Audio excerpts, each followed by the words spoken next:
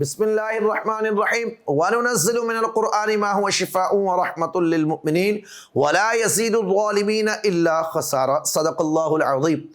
شفا قرآن سے، قرآن پڑھیے، قرآن سمجھیے، قرآن پڑھنا سیکھیے، قرآن کے نور سے اپنے قلب کو منور کیجیے۔ قرآن شفا ہے، قرآن ہدایت ہے، قرآن نور ہے۔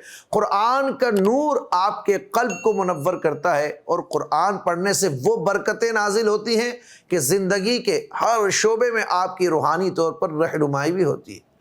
آج کل ایک مرض بہت زیادہ چل گیا ہے، ڈاکٹر حضرات اس کو نہیں مانتے، ناف کا ٹل جانا یا ناف کا گر جانا یا ناف کا اوپر چڑھ جانا یا ناف کا اتر جانا۔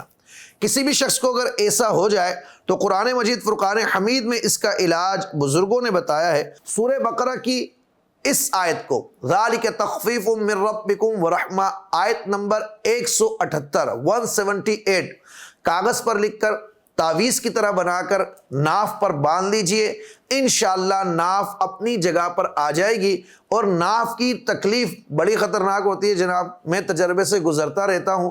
اللہ تعالیٰ مجھے اور آپ کو محفوظ رکھے۔